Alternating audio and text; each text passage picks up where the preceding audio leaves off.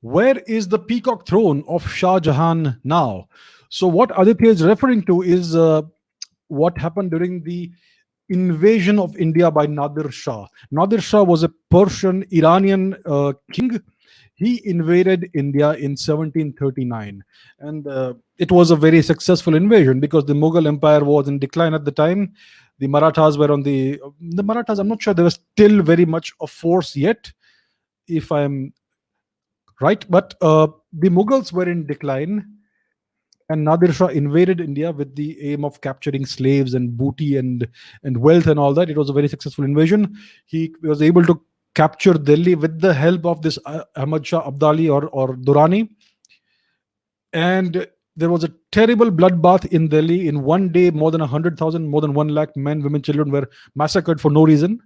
So, and one of the things that so he took away an enormous amount of booty from India, a great deal of plunder. He became so wealthy that he was able to abolish taxes in Persia for like 2 3 years after that.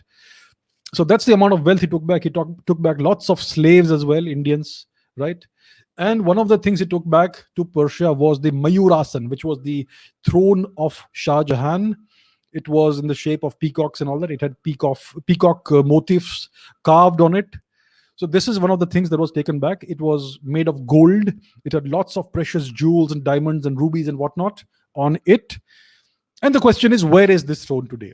So this guy Nadir Shah, he was not very popular. He was assassinated by his own generals just a few years later, like 8 years after his invasion of India.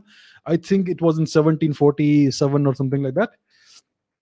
And in the aftermath of the chaos that ensued after the assassination, this peacock throne was most likely dismantled, and it was taken apart for the various jewels and all the gold it had. So it was basically destroyed. It was melted away, and all the jewels and everything were extracted.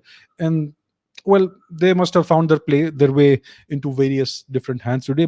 Many of them maybe in Europe, perhaps in the hands of various collectors, perhaps.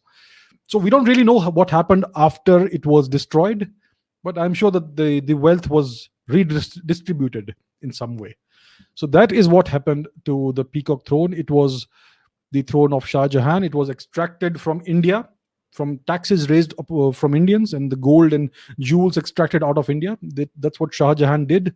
And then it was stolen by Nadir Shah, and eventually that wealth became part of the wealth of Persia.